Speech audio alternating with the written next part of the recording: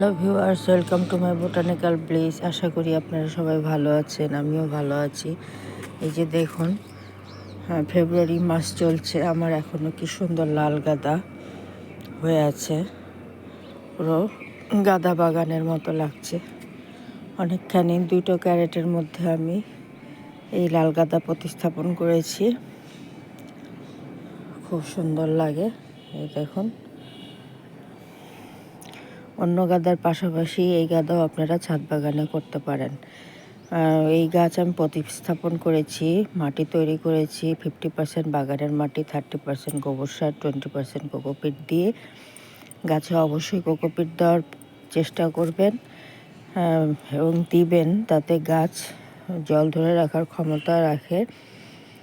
আর গোবর সার দিলে গাছে ফুল ফল খুব সুন্দর হয়। এছাড়া সপ্তাহে সপ্তাহে আমি খোল ভেজানো জল দিই, সরিষার খোল ভেজানো জল। এটা গাঁদা গাছের জন্য খুব ভালো একটি তরল খাবার। গাঁদা গাছ খুব পছন্দ করে এই তরল খাবারটা, অবশ্যই আপনারা দেবেন। আর সপ্তাহে সপ্তাহে নিম তেল স্প্রে করে দিই, এতে গাছে পোকামাকড় লাগে না। গাছ খুব সুন্দর এবং সবুজ সতেজ থাকে। দেখতে পাচ্ছেন আমার গাছ খুব সুন্দর এবং হেলদি আছে। ভিডিওটি ভালো লাগলে প্লিজ সাবস্ক্রাইব করবেন, সাবস্ক্রাইব করে আমার পাশে থাকবেন। আজকে আসি, টাটা।